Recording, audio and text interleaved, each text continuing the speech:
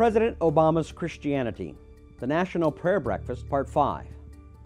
Mr. Obama, in his speech, also expressed his personal commitment to prayer and the Bible. He stated, "I wake up each morning and I say a brief prayer, and I spend a little time in Scripture and devotion. And from time to time, friends of mine, some of who are here today, friends like Joel Hunter or T.D. Jakes, will come by the Oval Office, or they'll call on the phone, or they'll send me an email, and we'll pray together. And they'll pray for me and my family and for our country." Unquote. Now, there has been a lot of controversy over the president's Christianity as to his sincerity and even whether or not he is a Christian. The issue started with Senator Rick Santorum stating that President Obama's Christianity was based on a phony theology. Senator Santorum then tried to explain that he was speaking about the environmental theology of the left in the Democratic Party. Senator Santorum was partly correct. He just is not trained to give a proper analysis of the theological teachings of President Obama. Had Senator Santorum correctly noted that the president's Christianity is actually an unorthodox theology called Liberation Theology, or known in its African version as Black Liberation Theology, which in reality is a blend of Marxism with Christianity that gives expression to the president's worldviews that coincide with the extreme left's ecological philosophy, he would have been correct in his statement. Liberation theology is unorthodox. That is, it opposes historic Orthodox Christianity as expressed by both the Church of Rome or historic Protestant evangelical Christianity. Further this week, Reverend Graham refused to say whether he believed President Obama was a Christian. His implication was that while he would assume his profession was Christian, he would not declare that he believed he was, in reality, a true believer in the Christ of the Bible, because of two basic things that distinguish the president's thinking as different from historic Christianity, and in this case, a difference from historic Protestant evangelical Christianity. First, he noted that the president assumes that all religions serve the same God. And second, the president's values are anything but an expression of the historic Orthodox or evangelical faith. Again, had Reverend Graham simply pointed out that liberation theology is not an accepted theology within historic orthodoxy or evangelical Christianity, it would have been the correct answer to the question about the president's Christianity. Now, as I promised, I will cover what liberation theology actually teaches in its doctrine, that is, its faith, and the values that affect socio-political thought.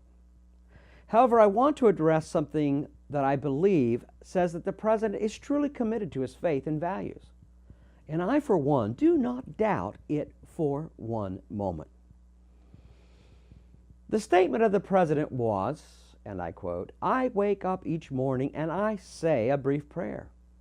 And I spend a little time in the Scripture and devotion. And from time to time, friends of mine, some who are here today, friends like Joel Hunter or T.D. Jakes, will come by the Oval Office, or they'll call on the phone, or they'll send me an email, and we'll pray together. And they'll pray for me and my family and for our country," unquote.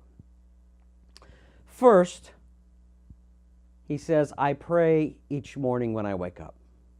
Well, but that would be true of any individuals who are committed to their faith, no matter what your religion is.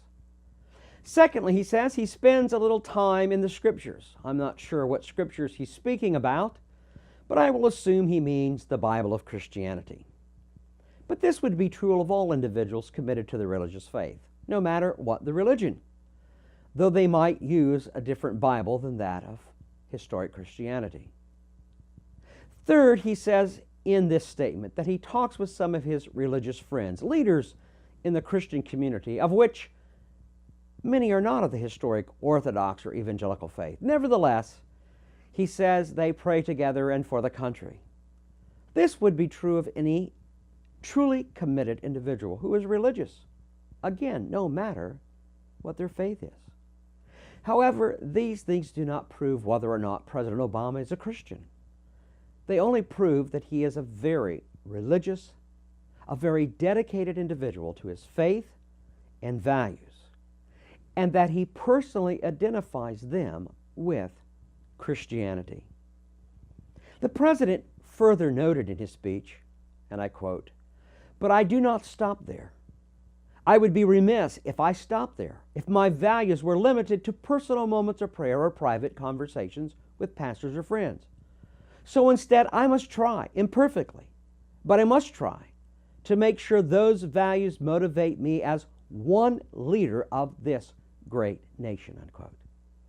Here the president affirms that his faith and values are not limited to his personal life. Rather, and here is the real indicator, he says that I, quote, "must try, imperfectly, but I must try to make sure those values motivate me as one leader of this great nation," unquote. He is speaking about the values that are derived from his faith. And I want you to understand that what you have witnessed thus far in his administration, in his social, political, economic, and cultural actions are true expressions of his faith and values that he intends with boldness to transform this nation into. This president is sincere about his faith and about his values, and he is going to not keep them personal, but extend them into the public arena. I submit to you, the president is demonstrating his form of Christianity, his commitment to Christianity. And as they say, this is not your mother's kind of Christianity, but it has taken on the name of Christ, his faith and his values. He calls them Christian.